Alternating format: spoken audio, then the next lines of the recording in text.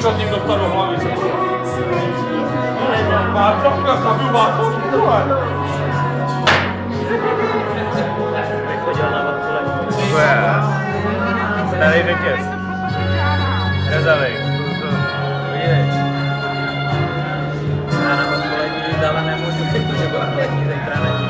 Ale tam toho je! Taky vítězi, ne? A to by si dostal i 10 korun na sběrně. Možná 20. Dneska už ne. 60 halířů za kilo. Železa. Máš tak Jo. 2 koruny tohoto. 60 oni to... Jo, říkám, dneska už ne, no. Že oni to berou Máš tak, tak jako 2 kdyby koruny. si ve všední den Kolik dávali? Dávali víc, ne? jsem tam na Česká míň nebo kolik? Vendelíne, Česká šrot, Chci vidět, že ty sběrači kovů tam odtáhnou 100 kilo, ale to jenom za 60. No už teď... Taky neberou. To ne, už budou prdeli. Tak to jako pokecám. Už se jí kanál.